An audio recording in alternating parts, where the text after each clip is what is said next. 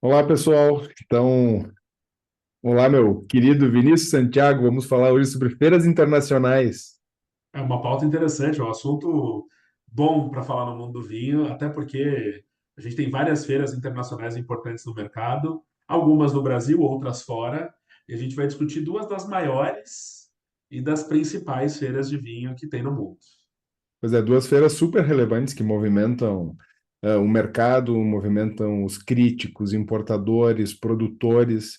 São feiras que, de uma maneira ou de outra, mostram as tendências, ao mesmo tempo que ditam novas tendências. Então, mesmo, claro que se a gente tiver a oportunidade de visitar, sempre melhor, se puder trabalhar lá, é uma experiência muito bacana também. Mas, mesmo não estando, sempre é importante ficar de olho no que acontece. Até porque essas feiras vão ditar tendências, elas vão, não vou dizer tanto que elas vão ditar tendências, mas elas vão apresentar tendências. Então, você quer saber o que está por vir no mercado do vinho, o que está crescendo, o que está caindo, para onde o mercado está indo, essas feiras eu acredito que são um dos melhores termômetros, ou uma das melhores bússolas de mercado são essas feiras. E são excelentes imersões, né? A gente fica 3 dias imerso, conversando, degustando, sacando, sentindo o clima. E, como eu disse, né? Visitando melhor, mas se não visitar, no mínimo, a gente precisa estar informado do que acontece lá. Mas então tá, eu vou Exatamente. compartilhar um pouco de informações sobre a Provine.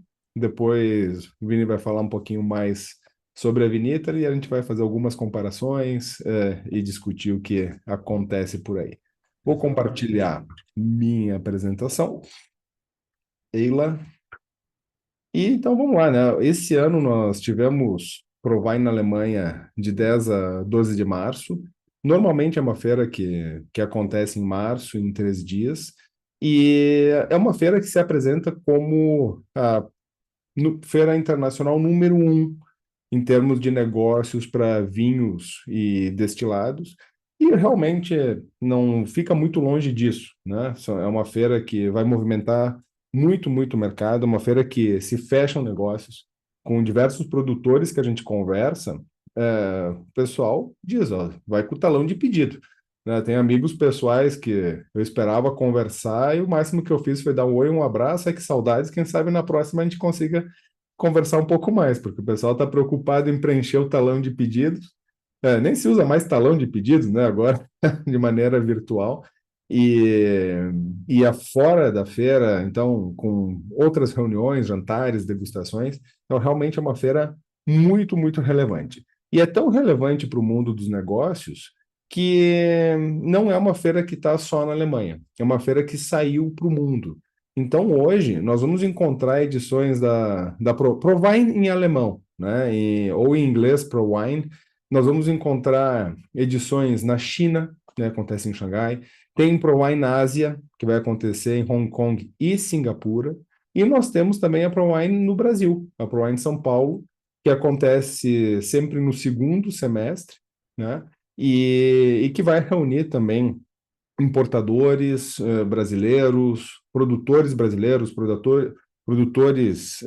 europeus, internacionais, em busca de um maior espaço aqui no mercado brasileiro e que vai então movimentar e aproveitar, né, essa expertise, esse know-how que eles têm na organização da feira na Alemanha para trazer para o Brasil e para esses outros mercados que também são considerados emergentes e com importantes tendências. A Proline completou 30 anos esse ano, né? É um marco bastante importante. A gente sabe que diversas feiras se enfrentaram muitos problemas aí nos anos 2010 e que ou diminuíram de tamanho, se adaptaram, tiveram que mudar diversos aspectos porque não estavam mais com a mesma relevância.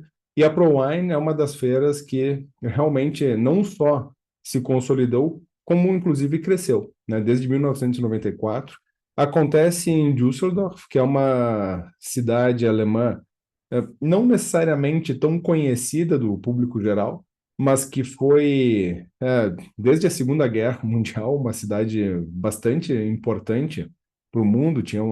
No pós-guerra, teve uma base aérea americana ali, era uma base militar alemã anteriormente também, e com essas trocas, acabou se tornando uma cidade de feiras. O espaço de feiras que tem ali é gigantesco, né? Nós podemos nos perder facilmente, não só na Provine, mas é bastante comum nós, conversando com pessoas de diversos setores, a principal feira de frutas do mundo acontece na Alemanha. A principal feira de motorhome do mundo acontece na Alemanha. É uma coisa impressionante isso. Como é que pode, né? E uma das principais feiras de vinhos também acontece na Alemanha. A gente sabe que é um país produtor importante, é o quarto maior produtor da Europa, fica inclusive na frente de Portugal. É um mercado importador muito relevante, é o maior mercado importador da Europa continental, é um grande exportador, mas o que pesa aí nem é tanto a relevância da Alemanha enquanto país vitivinícola, mas sim como um país, e especialmente na cidade de Düsseldorf, com uma capacidade de desenvolver boas feiras de negócios. Eles sabem como organizar, do ponto de vista logístico, do ponto de vista de receber, da organização como um todo, né? E realmente por isso acaba gerando excelentes negócios. Inclusive, um amigo meu espanhol que trabalha como gerente de exportação numa vinícola de Rioja, ele brincou. Disse, acho que a feira funciona tão bem porque faz um frio e não tem mais nada o que fazer além de trabalhar. Uma feira em Barcelona já não, passa a não ser tão interessante para os negócios porque o pessoal vai mais de férias, né? Assim, brincadeiras à parte, efetivamente acaba funcionando bem e por isso se torna uma das feiras mais importantes do mundo. Tanto que na edição de 2024, que aconteceu em março desse ano, como eu já comentei, foi uma feira com mais de 47 mil visitantes. É uma cidade não tão pequena assim, né, que vai visitar o evento, ou seja, e uma coisa muito importante, tá? É uma feira que só aceita profissionais do vinho. Claro que pode acontecer de alguém entrar, né? Mas é uma feira que se dedica a negócios, né? Ou seja, tem de ser sommelier, trabalhar num restaurante, trabalhar numa importadora, ter uma loja, enfim, educadores, não importa como, mas é uma feira para profissionais, não é uma feira para amantes do vinho. Então vai ser uma coisa que quem não está habituado a participar de feiras, será que tem muita gente que termina a feira bêbado? Olha, não vi nenhum, né? Pode até ter algum, mas eu não vi nenhum esse ano e nem nas outras edições. O pessoal vai para trabalhar mesmo e depois, quando sai da feira para ir para Schumacher Brauerei ou para algum bar, bom, aí é pós-feira, é outra história. Na feira está todo mundo degustando profissionalmente, cuspindo, fazendo negócio, realmente é muito sério por ser formada por profissionais. Então, nós estamos falando de 47 mil visitantes, mas 47 mil profissionais do vinho. São 6 mil expositores de mais de 60 países, ou seja, impossível visitar todos, impossível degustar todos os vinhos que estão disponíveis. A gente precisa, visitando a feira, direcionar, né? Então a gente vai por temas. Eu fiz lá os meus planos, depois trocar com o Vini também estou curioso para saber como que se organizou, mas eu organizei mais ou menos assim. Primeiro dia eu fui visitar os amigos e conhecidos, né? Então fui. No segundo dia, fui degustar o que eu gostaria de degustar, vou comentar um pouquinho sobre isso na sequência. E no terceiro dia, eu fui pelas extremas novidades, que também eu vou trocar com vocês. O que são extremas novidades? Coisas que não necessariamente estou procurando, mas que eu sei que são tendências ou que me chamaram a atenção como algo muito diferente e quis conhecer e degustar melhor. E isso tem a ver com a introdução de dois eventos importantes dentro da Provine, que é a Pro Spirits. A Provine sempre teve destilados, desde a primeira edição que eu participei. Aliás, a primeira edição que eu participei foi em 2007, se eu não me engano, 2006 ou 2007, e fui para o stand de cachaça do Brasil. Naquela época eu trabalhava com exportação de cachaça, estava com um stand lá mostrando cachaça, né? Então sempre teve destilados, mas agora tem uma parte dedicada a destilados e com palestras e tudo mais. E a Provine Zero, que é dedicada a bebidas com teor alcoólico reduzido e, como o nome diz, bebidas não alcoólicas.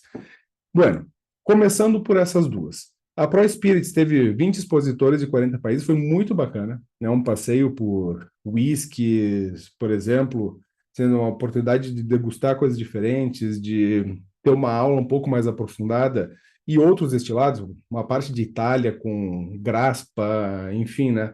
Cada país mostrando os seus destilados com masterclasses e degustações muito, muito interessantes. E a Provine Zero. A Provine Zero mostra uma tendência importante de mercado, que são os vinhos desalcoolizados. E, sem querer entrar na polêmica, tem ou não tem vinho desalcoolizado ou não alcoólico, a legislação brasileira ainda não prevê, mas lembrando que a OIV já reconheceu que sim, pode, vinho desalcoolizado pode ser chamado de vinho não alcoólico. Então vai ser uma tendência dos países começarem a não só dizer, isso é uma bebida né, desalcoolizada, mas realmente chamar de vinho esses produtos. Né? Os principais países aqui foram Alemanha, França, Itália e Espanha, mas teve vinhos não alcoólicos dos países nórdicos, inclusive, coisas muito interessantes. E o que eu destaco aqui são vinhos brancos não alcoólicos e coquetéis prontos. Por enquanto, são os mais interessantes. Aqui eu trouxe dois exemplos muito bacanas. Um Spritz Zero, juro para vocês, se eu tô num bar e alguém chega e diz que é um Spritz, eu bebo e nem me dou conta de não ter álcool. Assim, realmente é muito, muito bem feito, muito bom. E talvez uma coisa que facilite seja a aromatização, né? Como o Spritz é feito com Aperol, que é uma bebida aromática, com aroma, né, de laranja principalmente, isso facilita, já que no processo de desalcoolização tem sempre perda de aromas dos vinhos. E pela mesma razão que tendencialmente, aqui eu trouxe o exemplo de um Gewürztraminer, os vinhos aromáticos, de uvas aromáticas, tendem a ser melhores por enquanto, né? Então, Gewürztraminer, Riesling, Moscato, são vinhos que tendem, quando desalcoolizados, tendem a ser mais interessantes do que, por exemplo, Chardonnay, né, que não apresentam, fica muito, muito diferente ainda, né? Não se tem, não, ao menos do que eu degustei, tendencialmente as uvas aromáticas tendem a ser mais interessantes. Os vinhos tintos ainda, o álcool faz muita diferença no equilíbrio, né? Então, uma solução que normalmente se utiliza é ter o vinho um pouco mais doce, então o açúcar vai ajudar no equilíbrio. Então, alguns vinhos tintos até eu achei alguns razoáveis, mas por enquanto tendencialmente as uvas aromáticas, e não é necessário, tá? Porque degustamos, inclusive degustamos juntos, né, Vini, na Tasmânia, um Sauvignon Blanc desalcoolizado que não estava legal, né? Então não é garantia de que uma uva aromática vai dar um vinho bom, mas tendencialmente parece ser os melhores resultados. E os destilados estão muito interessantes também. Esse limoncello aqui, Night Orient, bem bacana, um limoncello não alcoólico e pela característica de limoncello, né, por ter o óleo essencial de limão que provoca um pouco de ardência na língua, ajuda, né, a compensar a questão do álcool. Destilados bem aromáticos, tipo versões de gin,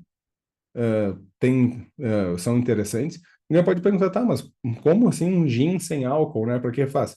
Para usar em coquetéis. Para usar em coquetéis não alcoólicos, né? É muito interessante. Para fazer, por exemplo, um gin tônica sem álcool, pode ser uma solução.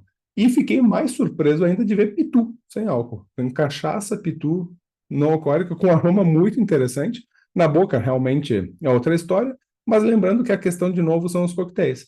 E aí, então, uma caipirinha pronta para beber, não alcoólica, e estava tão boa quanto uma caipirinha tradicional? Não tá, porque até hoje não provei nenhuma caipirinha pronta para beber que seja tão boa quanto a preparada, né? Mas dado que é um produto pronto para beber, bem interessante, e suponho também que o uso da cachaça desalcoolizada para coquetéis possa também ser interessante, porque o aroma, o perfil aromático, impressionantemente fica muito próximo, né? Não vi uma diferença tão grande. Outra tendência bacana da feira, foco na produção de vinhos brancos, né? Diversas regiões vão se adaptando, mudando o seu foco de, mesmo regiões tradicionais para vinhos tintos, mudando o seu foco para a elaboração de vinhos brancos, e isso para atender uma demanda que é crescente ao redor do mundo. Ainda as principais variedades são as clássicas, né? Sauvignon Blanc, Semillon, Chardonnay, Viognier, Sauvignon Blanc aqui, Semillon claramente Bordeaux, né? Que vai buscando esse mercado, Chardonnay que está no mundo inteiro, e também Viognier. E um exemplo muito bacana foi numa palestra do Mike Best, Master of Wine, que trabalha com importação de vinhos na Inglaterra, onde ele diz das 40 referências, ou seja, dos 40 rótulos mais vendidos dele, todos são de vinhos brancos na Inglaterra. Ou seja, a primeira referência em termos de volume para vinho tinto, ele falava de vinhos espanhóis, vai ser ao 41º lugar. Então, para ver como a tendência de vinhos brancos está muito interessante, e trouxe aqui um exemplo bem inusitado, até esse vinho D'Artagnan tem, é da coleção Insólito, que é um Tempranillo Blanco, que é uma variedade que foi reconhecida há não muito tempo na região de Rioja, porque foi uma mutação genética que aconteceu naturalmente nos vinhedos de Rioja, e mesmo essa região que é mais conhecida pelos seus vinhos tintos, sempre teve vinhos brancos muito bons, mas que vê também a sua produção cada vez mais sendo voltada, um exemplo muito emblemático, não ainda por volume, mas simbolicamente, né? Já que é uma região que a gente associa mais facilmente com vinhos tintos, voltando também para vinhos brancos. E o uso de inteligência artificial, né? Algumas coisas muito interessantes, tipo automação e otimização, ou seja, dentro das vinícolas, cada vez mais vai ter o uso de inteligência artificial para, enfim, né, otimizar processo, automação, por enquanto algo mais usado para vinícolas grandes, mas logo, logo nós vamos ver vinícola, certamente tecnologia chegando para vinícolas pequenas. A introdução de uma inteligência artificial para sommelier, a gente já vê vários experimentos por aí, e que vai poder dar dicas e facilitar. Se é o fim ou não da profissão de sommelier, eu acho que não, mas depois a gente vai trocar uma ideia maior sobre isso, inclusive com notas de degustação geradas por inteligência artificial, algo muito interessante. E algo que a gente já vê também no Brasil é a criação de coquetéis, ou seja, de receitas de coquetéis a partir de inteligência artificial. Tem algumas vinícolas até testando cortes de vinhos, ainda exige, né, que se abasteça a inteligência artificial, seja com dados analíticos, seja com dados de degustação, para que a inteligência artificial sugira cortes, e design de embalagens. Isso está acontecendo assim com bastante frequência em todo o mundo. E feira é um momento de networking e de oportunidades de negócio, de conhecer pessoas. Que eu trouxe só 3 pessoas que eu encontrei lá, assim, que a gente não cruza na esquina todo dia, né? A gente tem aqui o Dr. Ernst Losen, um mago da Riesling, e ele diz, poxa, esse cara ali está distante, né? Vai estar com o stand lá, mas a gente consegue conversar. Não, a gente vai lá, degusta. Fiquei meia hora conversando com ele quase. Ele ficou, gosta do Brasil, falou, conversamos sobre o mercado brasileiro, ele perguntou coisas sobre os vinhos brasileiros, sobre o vinhedo, que ele tinha algumas coisas que ele estava curioso para saber, e as pessoas estão lá, a gente degusta os vinhos, pode conversar.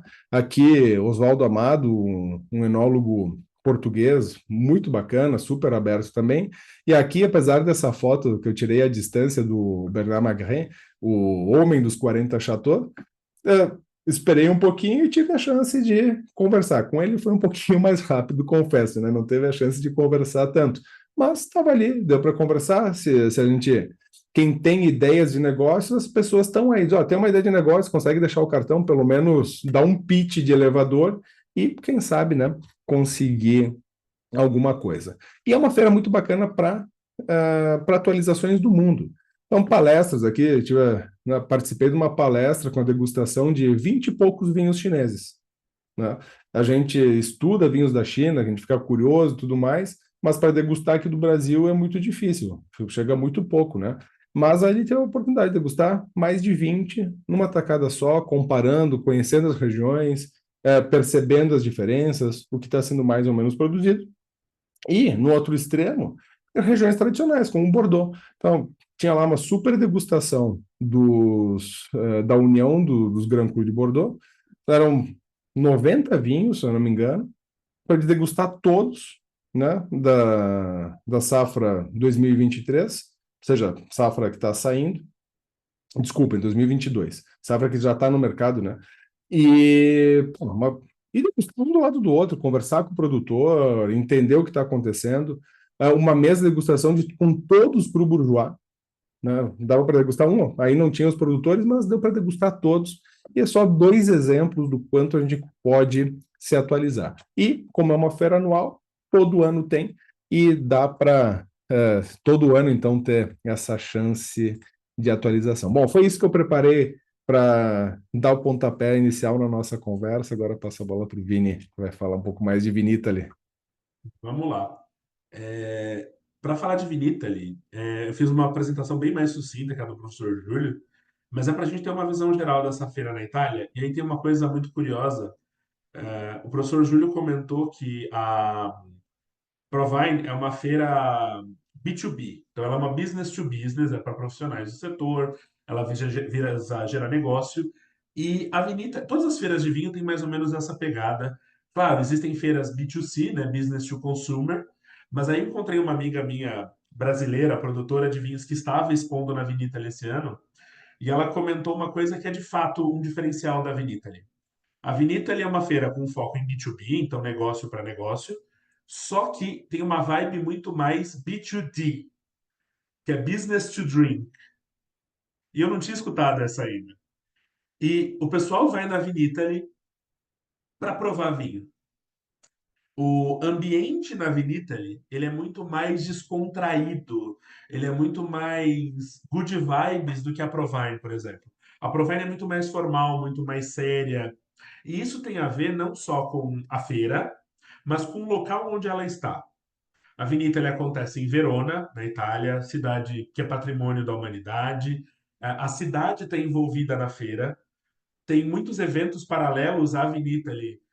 E ela, enquanto a Provine é uma feira muito internacional, a Vinita ela é uma feira de vinhos italianos, com alguns expositores internacionais, mas voltada para público estrangeiro.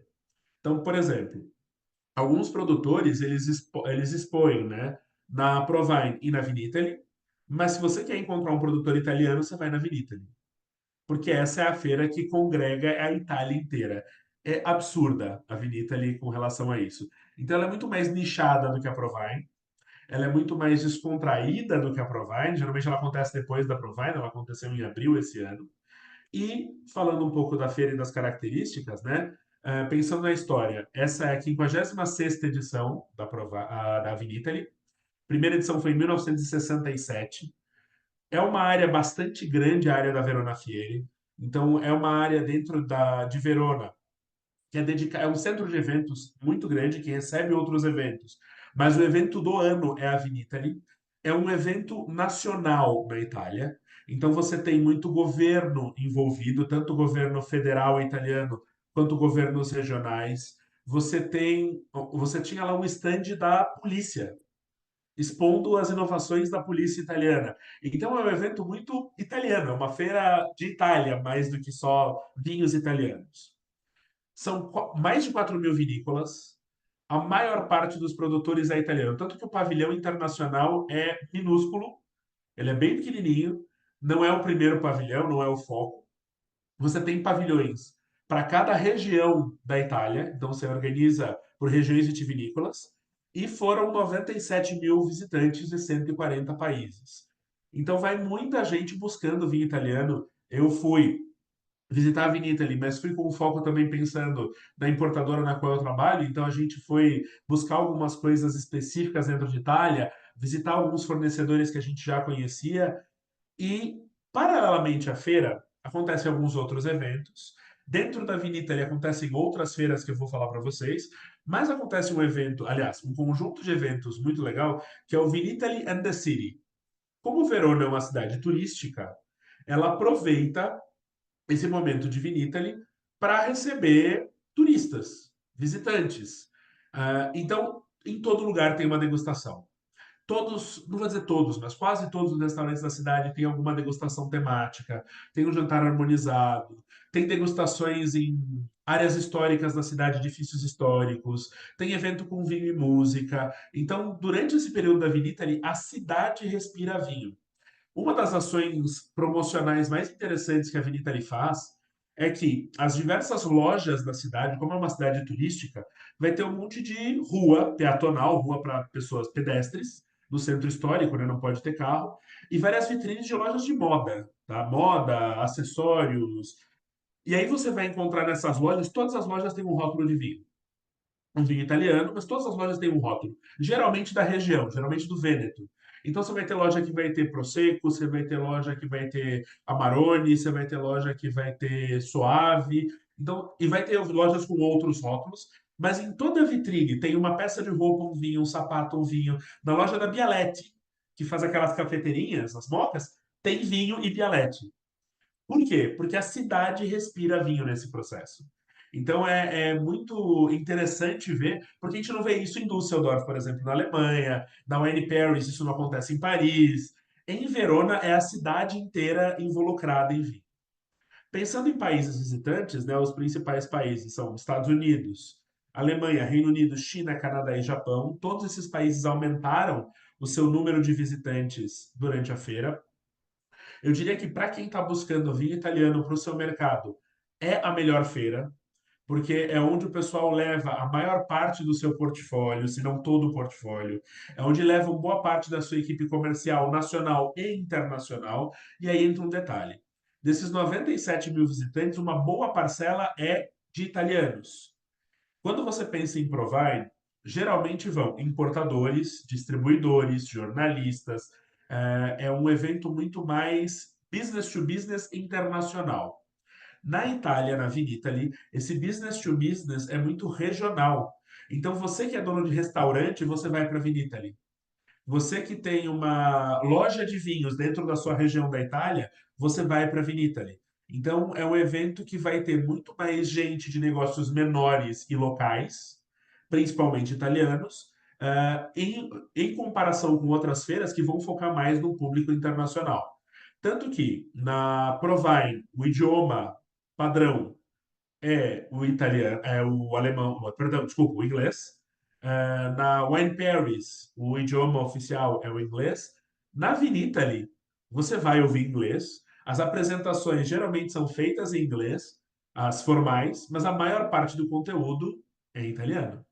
Tem muita coisa acontecendo em italiano na feira, mais do que a média de outras feiras internacionais. Então, dois eventos que acontecem, né, durante a Vinita, eles são o Opera Wine, que é um evento que acontece antes da Vinita, é uma apresentação de vinhos em parceria com a Wine Spectator. Então, a Wine Spectator faz uma curadoria de vinhos italianos premiados e eles fazem esse evento de degustação menor pré-Vinitaly. Então, é um evento de gala, com degustação de vinhos, com música, para você conhecer os grandes rótulos italianos. É um pouco parecido com os eventos que a Gambero Rosso faz ao redor do mundo pelos vinhos premiados pela Gambero Rosso, que é o principal guia italiano de vinhos. Mas nesse caso aqui, ele é um evento para é um evento de celebração do vinho, mas com vinhos premiados. Então, geralmente, é um pré-negócio. Então, quem chega antes da feira, ou muita gente que vai para a feira, se programa para ir um pouco antes, participar da Opera Wine, participar desse evento, e depois participar da Vinita. E, paralelamente à feira, tem o Vinita Italian The City, né? Verona in Wine, é a cidade inteira tomando vinho. É, Outro ponto importante aqui é a feira de vinhos onde se come melhor, tá? Esse é um ponto importante. Nas feiras de vinho, quando você vai visitar uma feira ou está trabalhando numa feira, você não tem muito tempo para almoçar. Então, geralmente, as feiras vão ter comida rápida, lanche pronto e tudo mais, sem muita coisa fresca, nada é muito saboroso, é normal que a comida seja mais insossa. Você vai comer bem de noite quando você sair para jantar.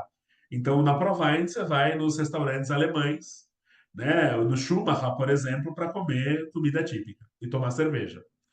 Na Vinitaly, você tem uma opção de gastronomia muito melhor que a média do que em outras feiras internacionais. Muito prato típico italiano, muito prato rápido. Então você tinha massa, risoto, muito mais opção de gastronomia proporcionalmente a outras feiras. E na cidade, se você quer ir em um restaurante badalado ou mais famoso, você precisa reservar. Sem reserva, você não consegue ir nos restaurantes mais tradicionais ou mais badalados da cidade. Exemplo bom, tem um restaurante em Verona, que eles são muito famosos pelo tartar de cavalo. E aí algumas pessoas se escandalizam, ah, carne de cavalo. Se come no norte da Itália, é normal. Só que ele é famoso por esse prato. E os restaurantes geralmente não têm menu aberto, né? Não é à la carte. É um menu fechado para os dias da feira. Então, cada dia tem um menu diferente. E um amigo meu queria ir nesse restaurante comer o tartar de cavalo, não tinha vaga. Por quê? Porque a feira está lotada, está cheia de gente.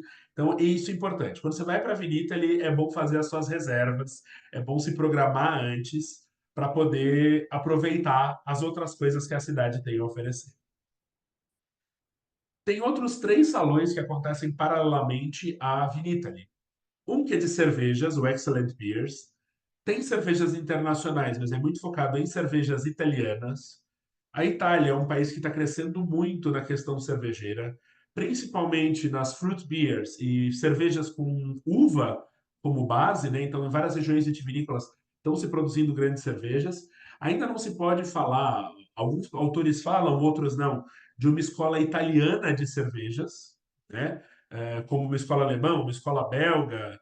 Eu não necessariamente concordo que exista uma escola italiana de cerveja, mas talvez exista um início disso.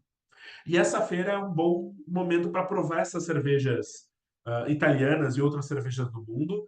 Cervejas artesanais, mas de produtores médios, grandes e pequenos, de alta qualidade, com muitos estilos interessantes. Então, é um evento para cervejas também.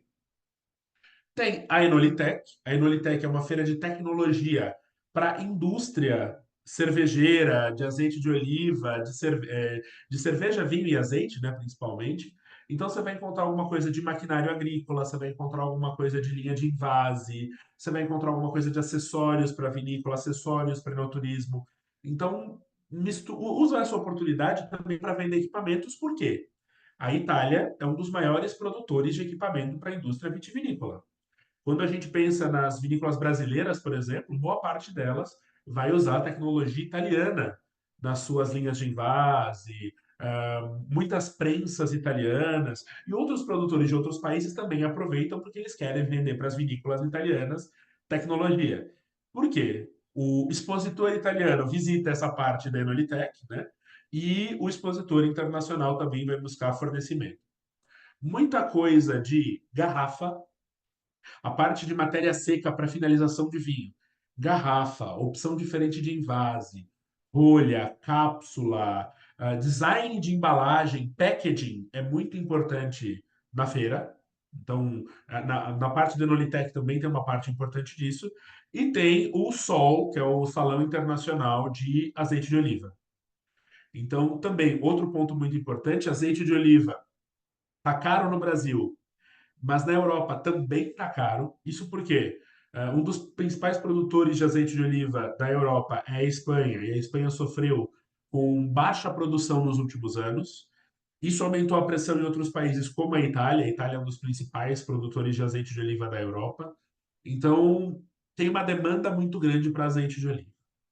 Aqui a gente não está falando tanto de destilados, tinha uma pequena parte de drinks, coquetéis, mas muitas vinícolas também produzem outras bebidas. Então vão produzir aperitivos, vão produzir destilados, vão produzir grapa. Então era normal nos estandes das vinícolas você encontrar outras bebidas também. Tinha um salão pequeno junto do salão de azeite de oliva voltado ou com mais foco em produtores orgânicos, biodinâmicos e naturais. Então, isso também é uma tendência bastante grande. E apesar de não ter uma área na feira dedicada a vinhos desalcoolizados, porque na Itália tem uma questão legal ainda em relação a isso, de chamar de vinho sem álcool, de poder comercializar isso no mercado italiano, já tem produtores italianos produzindo vinhos desalcoolizados para mercados internacionais. Então, tinha produtores que tinham esse tipo de produto, estavam destacando isso durante o salão, destacando isso durante a feira. Para ter uma ideia da feira, de como ela se divide, né? Então, você tem a entrada do Pala Expo, então você tinha uma entrada do salão onde você tinha a região da Lombardia. Você tem cada um desses pavilhões aqui, com letras e números. Tradicionalmente, ele é focado em alguma região da Itália. Então, você tinha um pavilhão para Emília-Romanha, um pavilhão para Sicília e para Úmbria, um do Trentino, um do Vêneto. Então, algumas regiões menores estavam agrupadas, né? E o pavilhão, por exemplo, de Alto Adige, Friuli Venezia Giulia, juntava Eslovênia e alguns outros países próximos, né? O pavilhão internacional é o pavilhão D, que está bem aqui na frente do evento. Tem o 1A, B, D. O D era o pavilhão internacional. Muito pequeno para algo internacional. Então, assim, é sobre vinho italiano, essencialmente.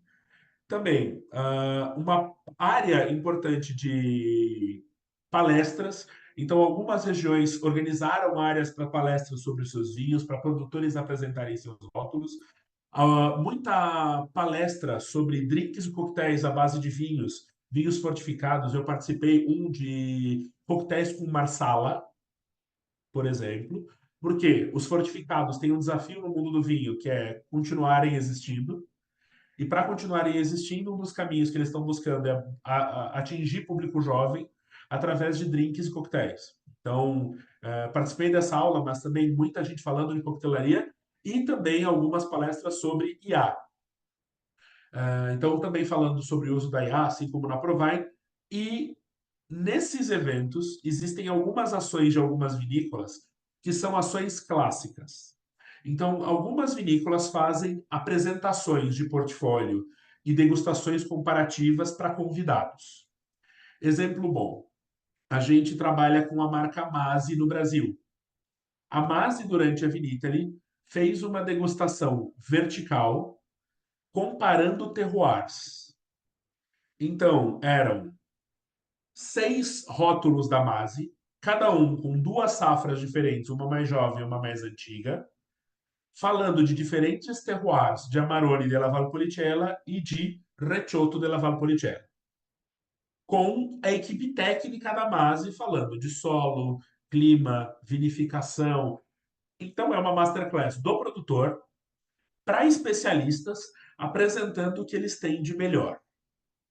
Isso é absurdo no mundo vinho. Então, enquanto em outras feiras isso também acontece, na Provine isso acontece, na Wine Paris isso acontece, na Vinitaly é o momento que os produtores italianos guardam para fazer esse tipo de apresentação. Então, quando você trabalha com esses rótulos no seu país, no seu mercado, você geralmente é convidado para participar desses eventos, dessas apresentações. Outro ponto importante é que a Itália tem um, um mercado e uma crítica de vinhos muito particular. E esse que está na tela é o Luca Maroni. A maior parte de vocês talvez nunca tenha ouvido falar do Luca Maroni, mas ele é um dos caras que mais nos ajuda a vender vinho no Brasil. Existem vários sistemas de pontuação de vinho no mundo. Alguns são muito famosos e reconhecidos. A gente está falando de James Suckling, a gente está falando de Jancis Robinson, do Robert Parker, que são indivíduos. A gente tem alguns avaliadores de vinho, críticos de vinho, que são revistas, como a Decanter, a própria Wine Spectator, alguns concursos, como o Concurso Mundial de Bruxelas. E na Itália, a gente tem um guia, que é o Gambero Rosso, que é o mais respeitado internacionalmente. Mas o Luca Maroni é um crítico de vinhos italiano, que ele tem um sistema particular. Ele vai dar notas para vinhos até 99 pontos, não é até 100, é até 99 pontos. E esse sistema de pontuação dele é baseado em drinkabilidade, em como o vinho é fácil e gostoso para beber. Ele não avalia tanto critérios técnicos. Os critérios dele visam ser similares ao que um consumidor leigo usaria para avaliar o critério de qualidade de vinho. Claro, ele vai usar critérios técnicos para embasar a decisão dele na hora de dar nota, mas o principal critério dele não é o potencial de evolução. Se o vinho está muito duro e pode evoluir por 20 anos, e daqui a 20 anos ele vai estar espetacular, mas agora ele está difícil de tomar, ele não vai ganhar uma grande nota no Camarone. Em compensação, se esse vinho está macio, está suculento, está fácil de beber, ele vai ganhar 99 pontos no Camarone. Então, vários vinhos que o Luca Maroni dá pontuação alta têm açúcar residual, o que ajuda a deixar esse vinho mais macio. Muita gente critica o método do Luca Maroni, mas, apesar dessa crítica ao método, o método dele é bem claro, então ele divulga o método, os princípios que ele usa para dar nota para o vinho, e a gente importa vários vinhos, aqui no Brasil, por exemplo, com pontuação Luca Maroni, e isso ajuda a vender vinho. Então, de novo, é um sistema de crítica de vinho, de julgamento de vinho, de dar nota para vinho. Várias vinícolas submetem seus vinhos para concursos mais reconhecidos e para o Luca Maroni, para ganhar pontuação, porque em alguns mercados isso faz diferença. E ele está aqui porque ele é importante na Itália, no mercado italiano, estava lá na feira, então ele tem o stand dele na feira. Todos os anos ele publica o guia dele de vinhos, assim como o Patrício Tapia publica o Descorteados aqui na América do Sul, Luca Maroni publica o guia dele na Itália, e vamos dizer assim, ele é mais ou menos respeitado no mercado, dependendo de quem avalia, mas o fato é que as notas de Luca Maroni ajudam a vender vinho. A Verona Fieri organiza outros eventos no mundo, né? Então eles fazem a Wine to Asia, que aconteceu em maio, tem a Vinitaly China Roadshow, que acontece em 3 regiões da China em setembro desse ano. A Wine South America, que acontece em Bento Gonçalves, é organizada pela Verona Fieri por causa do que aconteceu no Rio Grande do Sul esse ano, as chuvas e etc. Foi transferido para maio de 2025, geralmente acontece no segundo semestre, foi para o primeiro semestre do ano que vem. Tem a Avenida ali, Estados Unidos, que acontece em Chicago, e a Avenida ali at Wine Vision, que acontece em Belgrado, né, em novembro. Então a Verona Fieri organiza vários outros eventos. Um outro ponto importante é que geralmente durante esses eventos acontece uma formação de vinhos italianos. Então a Via Verona, que é um braço da Verona Fieri, que tem parceria com a Verona Fieri, com o governo italiano e tudo mais, tem uma formação que é o Italian Wine Ambassador. O Italian Wine Ambassador é uma formação que você vai para um desses lugares, você recebe uma lista de materiais antes para estudar, você estuda, você vai ter uma série de masterclasses, tem aulas online com Masters of Wine, com especialistas em vinhos italianos. Depois disso, você tem aulas presenciais com degustações, e depois disso, você tem uma prova. Eu fiz algumas certificações no mundo do vinho. A mais desafiadora foi o Italian Wine Ambassador, de longe. Porque o volume de informação é absurdo. E quando você pensa em Itália, nessa formação você pensa em Itália de uma forma mais holística. A maior parte das formações, elas vão pensar o aspecto técnico. Então, físico-químico, organoléptico, terroir, mas não vão pensar tanto em história. Uhum. WST, por exemplo, quase não fala de história do mundo do vinho. A gente na BS aborda um pouco história de algum lugar, mas a gente acaba sendo superficial muitas vezes pelo conteúdo, quantidade de conteúdo que a gente tem. O Italian Wine Ambassador é profundo sobre tudo. A aula inaugural online que eu tive para fazer essa formação foi uma aula de 1 hora e meia sobre os solos do Etna. Quando você tem 1 hora e meia de aula só sobre os solos de uma montanha na Sicília, é porque o negócio é muito sério. E muita pesquisa, e aí o nome para vocês acompanharem sobre vinho italiano e sobre pesquisa no mundo do vinho é o Attilio Scienza. Inclusive o Attilio Scienza, ele é um dos grandes nomes do mundo do vinho hoje, um dos maiores pesquisadores italianos de vinho, de cultura, de terroir. Uma das discussões que a gente estava tendo, que teve durante a feira, e o Attilio Scienza participou dessa apresentação durante a palestra da Masi, por exemplo, foi o aquecimento global está mudando o terroir? Como é que a gente preserva terroir e perfil de vinho com aquecimento global? Aliás, aquecimento global foi uma das pautas mais discutidas, tanto na Provine quanto na Uhum. Vinitaly esse ano. Uhum. Então a gente tem essas duas feiras muito diferentes. Né? A Provine, muito germânica, Sim. muito cartesiana, e a Vinitaly muito latina, muito italiana, muito business to drink. Você faz negócio, claro, Uhum. mas você tem muito mais gente bebendo, descontraindo, relaxando. Era muito comum na avenida ali na parte externa ter gente, e eu vi várias pessoas fazendo isso, tomando uma taça de vinho ou de brandy e fumando um charuto durante a feira. Uhum. Na Provine eu nunca vi isso acontecer. Não, não acontece. Só no pós-feira, né? Não, E no aí, no pós-feira tudo e aí acontece. é bem estilo nórdico de work hard, play harder. Ou seja, os caras trabalham Sim. que nem louco e depois também enlouquecem absolutamente depois que termina o expediente, né? Na Vinita ele é um pouco menos do que isso, Sim, porque claro. é work menos hard, work easy, e aí depois play easy também. O pessoal Sim. acaba tendo esse estilo de vida mais relaxado. E aí Uhum, uma curiosidade também. A maior parte das feiras que o Brasil vai expor, por exemplo, é normal que vá o enólogo, ou vá, é normal que vá o gerente de exportação, vai alguém do comercial. Mas os donos da vinícola geralmente não vão. Na Vinitaly vão os donos das vinícolas.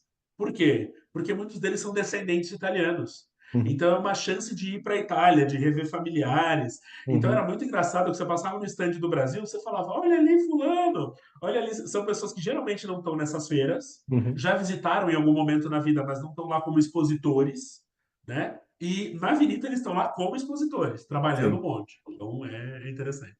É bacana, e eu acho que isso tem, assim, na comparação das feiras, é, volta e meia perguntam, né? Provine ou Vinitaly, e no Brasil também, né? Provine ou Wine South America. E a minha percepção, e justamente em torno disso que a gente trouxe hoje, como são propostas tão diferentes e tão complementares, eu não vejo essas feiras, por mais que possa ter concorrência, evidentemente, né? Mas eu não vejo uma feira concorrendo tão claramente uma com a outra, como acontece entre Wine Paris com a ProWine, como já aconteceu mais entre a London Wine Fair, que acabou diminuindo de tamanho, com a ProWine e com a antiga Vinexpo. Parece que são coisas diferentes e que se mantêm e que devem se manter justamente porque são propostas que não só são diferentes, mas são complementares.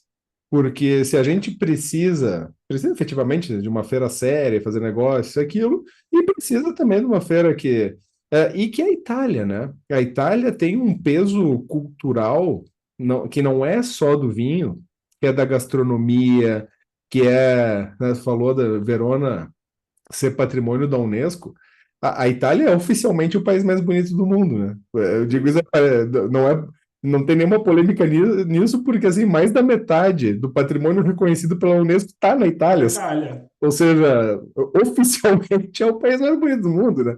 Então tem todo esse aspecto até de abordagem, que é bem interessante que tu trouxe, né? Essa formação que tu fez é genial.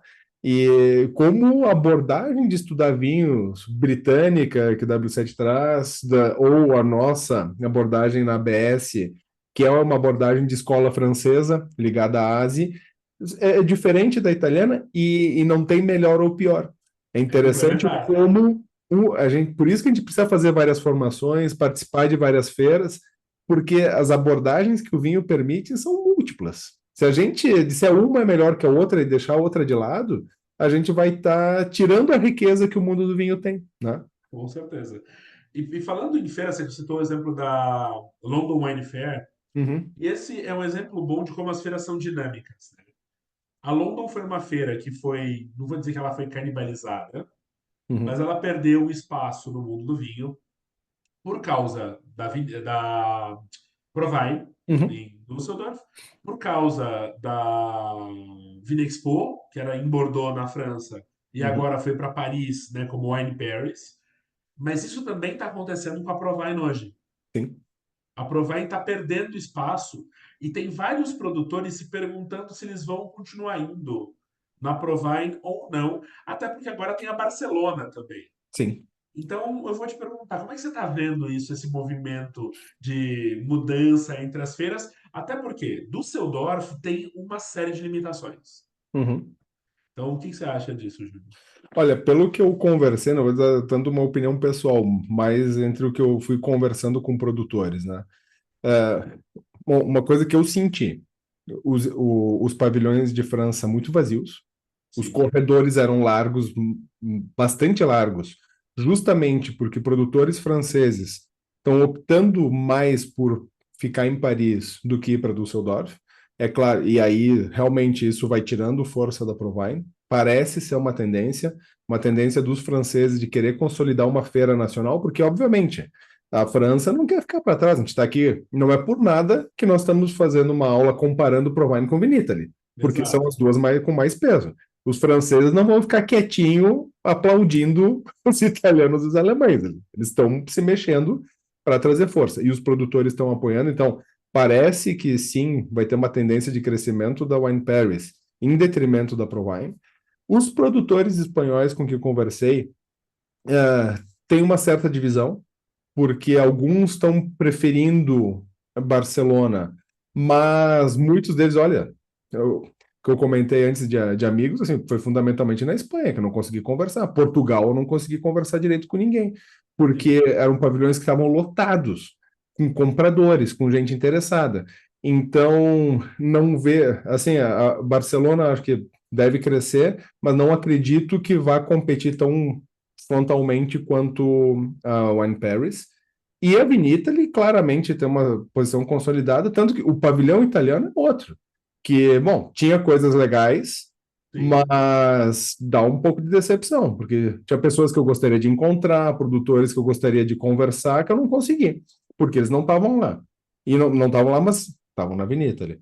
Então, a Provine me parece assim, muito sólida para os vinhos ibéricos, o pavilhão de Novo Mundo, e sorte do Brasil, que estava com seu stand lá, olha, o Novo sim. Mundo assim, né? Lotado, todo mundo querendo degustar, querendo entender as novidades do leste europeu, das Américas, da China, como, né? Foi, pô, quando a gente está numa feira parar para assistir uma masterclass é porque o assunto tem que ser bem interessante, né?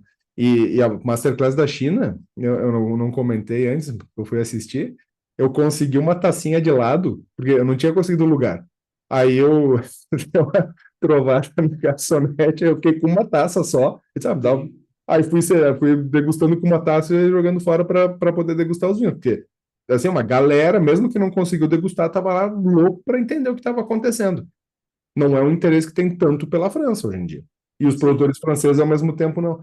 Então, me parece, sim, que a Wine Paris deve crescer. Isso deve tirar um pouco dessa potência toda da Provine, mas acredito que ainda, em termos de tendência, a Provine deve se manter ali como uma referência. Não sei o que tu sentiu, porque tu também estava na Provine, né? então, também estava na ProWine, e aí tem um ponto interessante, que muito produtor, que eu falei, eu fui na Wine Paris, fui na ProWine e fui na Vinita. Ah, foi nas três, né? Fui Uhum, nas três. Tem muito produtor que vai em duas feiras, pelo menos.